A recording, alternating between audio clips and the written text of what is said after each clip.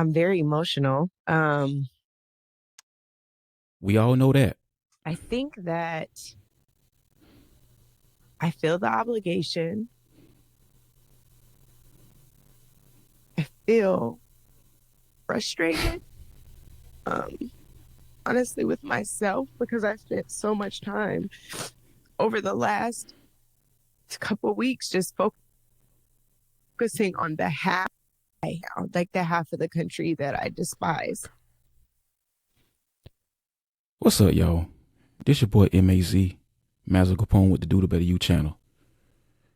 This woman crazy. This woman just said she hate half the country. And why is she crying?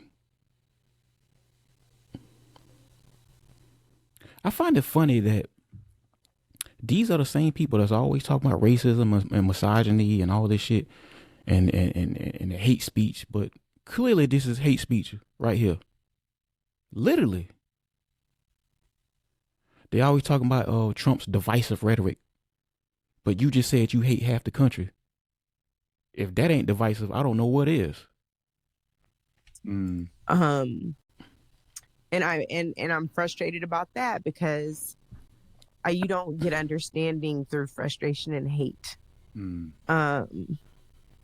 And I think that what I like feel guilty about is knowing that there's an obligation to a whole other half, of the country, and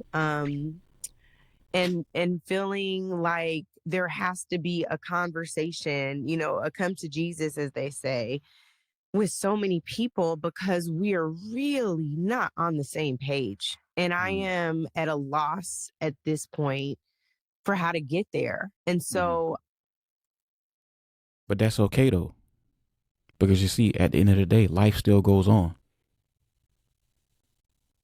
I don't have to be on the same page with somebody who supports Kamala Harris. We can just agree to disagree, and you go about your life, and I go about mine. So what's all this old emotional shit for? What is she crying for, y'all? What is she so mentally broken for? This woman is one of the most mentally fragile people on earth. This woman is always so unhinged and emotional. Oh my God, every time you see her, it's almost like she's on a forever period or something. I think you guys know I'm fiercely competitive over all kinds of ridiculous things. But what I really don't like to do is I don't mind saying I don't know. I don't mind admitting I don't know. I hate not knowing for an extended period of time and feeling like the overwhelm of I don't know where to turn to find the answer, right? Like, I don't even know if at this point people will be honest about their reasons for voting for the other side, or if they'll be honest about who. Well, obviously, you need to stop trying to focus on this because it's killing your brain. It's killing your mental wellness, obviously. And however,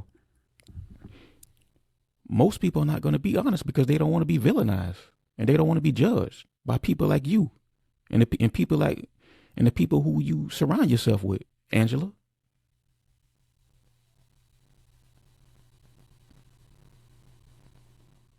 Because see, people who on the left, these progressive liberals, they're quick to judge you based off who you vote for. All because you're not like them and you ain't vote like them, no, you got to be villainized or castigated. If you don't believe me, why don't you just go to MSNBC? You hear that shit all day long. People like Joy Reid, or hell, The View, Sunny hosting. Hell, but shit, if you ask me, I tell you to your face. I tell you, dude, I give you a whole laundry list why I didn't vote for Kamala Harris. For one, she can't even manage a damn campaign budget. She $20 million in the hole as we speak. If you can't manage a budget, how you gonna manage the country, Angela? Notice they don't talk about that. who they really voted for because they probably know us or have seen us and wouldn't feel comfortable telling us the truth. So where do you go to solve an I don't know when you're not even confident that people will be honest with you? The thing of it is, why do you need to know that? Seriously, why do you need to know that bad why somebody voted for somebody else? Just know that they did. I mean, you need to know that bad because you're so distraught that your homegirl lost. You wasn't gonna get no cushy office job in the White House. Kamala Harris don't give a damn about you. Kamala Harris over there in Hawaii with her husband.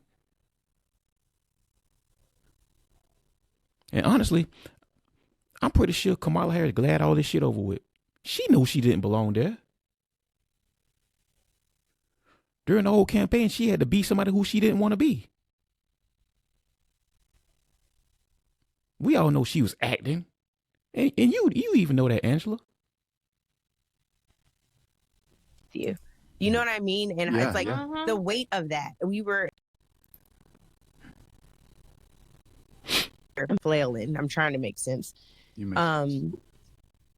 No, she not. And see, that's that old bullshit. You know what I'm saying? See, if they was her real friends, they would tell her that she tweaking. Angela, you tripping right now. You tweaking. You need to calm down. We were in our group chat earlier. And by the way, group chats are now triggering to me because I feel like when are we just another echo chamber where we're in our own bubble because now we're all getting off Twitter because now Twitter is going to be the hellscape. And now who are we going to talk to beyond our bubbles because we all think at least similar, maybe not the same, but I tell you where they gonna go at. They finna all go to Blue Sky. It's like pretty much the opposite of Twitter. It's a progressive left leaning social media platform, and that's where they have their woke ideology echo chamber. It's ran by two feminists, and if you go in there with any kind of opposing ideology, they will ban your account and they will block you. For instance, if I went over there and said there are only two genders, they'd probably delete my damn account. similar. Anyway, I digress. My point is, we were in a group chat earlier, and there's this conversation about if the Rainbow Coalition essentially is a thing. Like, are we going to all be able to come together as people of color and do the damn thing? And the conversation was like, no, I don't think it's a thing. And I can't lose that hope. Like, if we lose that hope, we don't have a path, y'all. Like, we really don't. If we cannot figure out how to be in coalition, in solidarity on multiple challenges, on multiple fronts, for multiple policy issues, we are. Yeah. We are. Like, how about we all just come together and do what's best for the country? How about that? I get the Rainbow Coalition thing, okay, yada yada yada, but how about we look at the bigger picture and try to come together as American citizens to try to solve the issues, the serious issues that we have in America? How about that? I'm talking about all people, all citizens in America. How about that? there's not a nice way for me to say, Dad, sorry, I had to cuss it. There's no other way for me to explain it.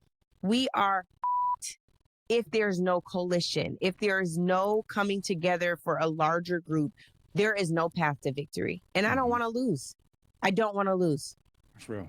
Well, Jeff, where you That's at? where I am. well, I just want to say this about the coalition building, because as you all know, I've talked about it on this show, and in everything I've done, I have believed in the multiracial coalition. I've always said I have the Fred Hampton approach, like bring everybody along, and let's, we align, we can win. Basically, they want this Rainbow Coalition to all the people of color to join them to just keep Democrats in office. No, damn that. The people have spoken, and all the Democrats want to do is wag their fingers and try to spoon feed us or force feed us woke ideologies. No, we don't want that. The people have spoken. All that woke shit, all that liberal shit, it's over with. That's it. You had your time. It's over with.